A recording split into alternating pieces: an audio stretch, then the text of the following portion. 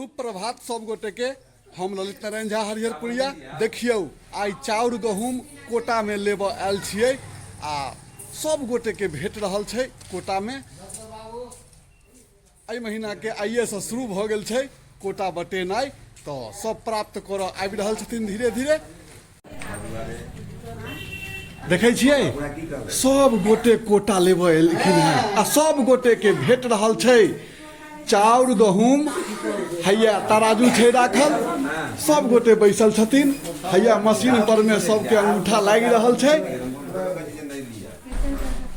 देखे छियै एकदम समय से भेटै छै राशन पानी, कतौ कोनो दिक्कत नहीं छै, कोनो बात के दिक्कत नहीं।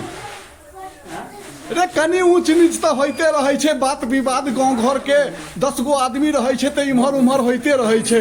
कह वाला कर वाला के कमी नहीं छै संसार में। तो हम जे देखे छियै, हम जे बुझे छियै से हम कहि रहल छी। तो ई वीडियो केहन लागि रहल है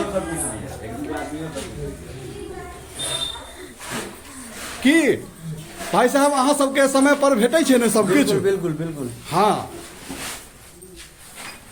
कि समय पर कोटा भेटै छै? भेटै छै ने, कोनो दिक्कत नहीं होइ छै। देखलिए हम पूछ के अहाँ सबके कहि देलहुँ है। ई बात नहीं छै कह सुन वाला ककरो कहला से ककरो सुनला से किछु नहीं होइ छै।